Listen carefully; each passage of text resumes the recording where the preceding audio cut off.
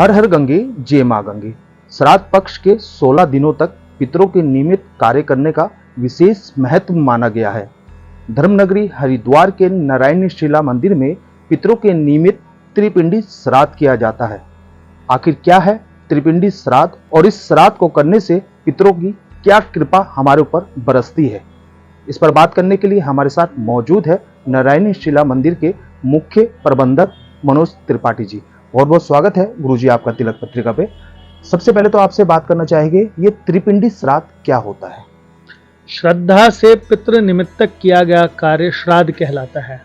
श्राद्ध के कई स्वरूप बताए गए हैं, परंतु उसमें एक विशेष जो कि आजकल प्रचलन में भी आ गया है, जिसे त्रिपिंडी श्राद्ध कहते हैं। त्रिपिंडी श्राद्ध का अभिप्राय है कि 3 पिंड करना। इसमें इसलिए वर्णन है कि जो नारायण बलि न करा सकता हो, व्यक्ति को श्रद्धा तो है पर सामर्थ्य नहीं है, नारायण बलि एक बड़ी पूजा है, अगर वो कराने में अक्षम हो तो वो त्रिपिंडी कराए। नारायण बलि के अभाव में त्रिपिंडी कराने का विधान है।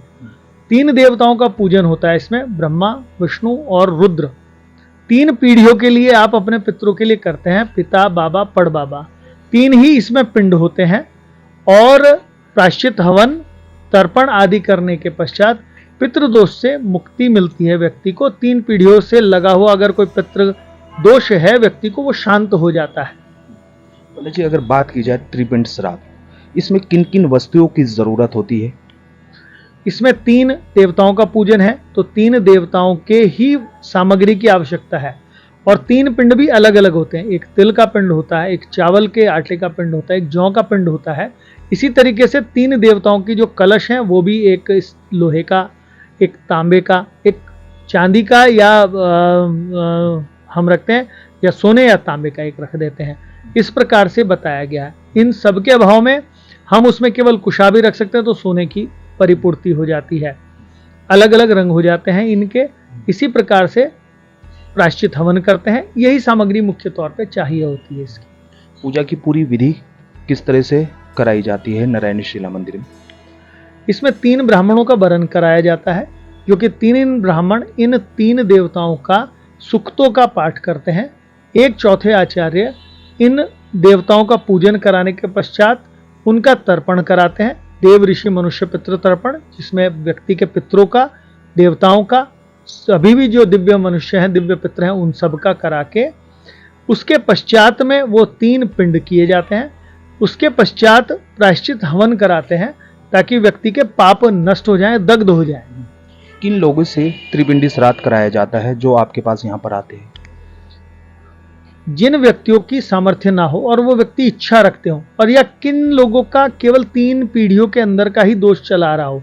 नारायण बलि जहां 7 पीढ़ियों के दोषों को शांत कर देती है, त्रिपिंडी 3 पीढ़ियों का, अगर किसी व्यक्ति के पिता, बाबा या पड़बाबा की उम्र में ही मिल रहा है दोष, तो ये त्रिपिंडी करा देने से उसको लाभ हो जाता है। तो माना जाए त्रिपिंडी श्राद्ध से 3 पीढ़ियों को जो पितर होते हैं उन्हें मोक्ष की प्राप्ति होती है। निश्चित त्रिपिंडी श्राद्ध करने से 3 पीढ़ियों के पितरों को मोक्ष मिलता है, उनको गति मिलती है। अगर वो कहीं अधोगति भटक रहे हैं वो मोक्ष को प्राप्त कर जाते हैं या उनकी गति सुधर जाती है, और उनके आशीर्वाद से व्यक्ति को लाभ होने लगता है। व्यक्ति के कार्य जो अटक रहे हैं बनने शुरू हो जाते हैं, व्यक्ति के ऊपर पितरों की कृपा मिल जाती है। क्या त्रिपिंडी श्राद्ध सिर्फ नारायणी शिला पर ही होता है या इससे अलग भी आप त्रिपिंडी श्राद्ध करा सकते हैं?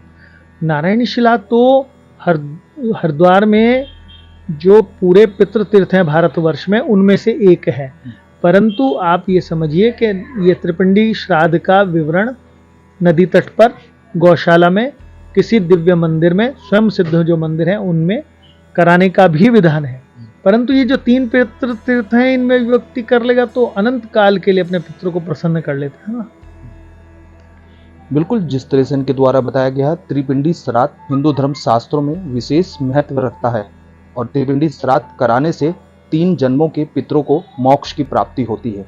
देश के पहले धार्मिक न्यूज चैनल तिलक पत्रिका के लिए हरिद्वार से मैं आशु शर्मा।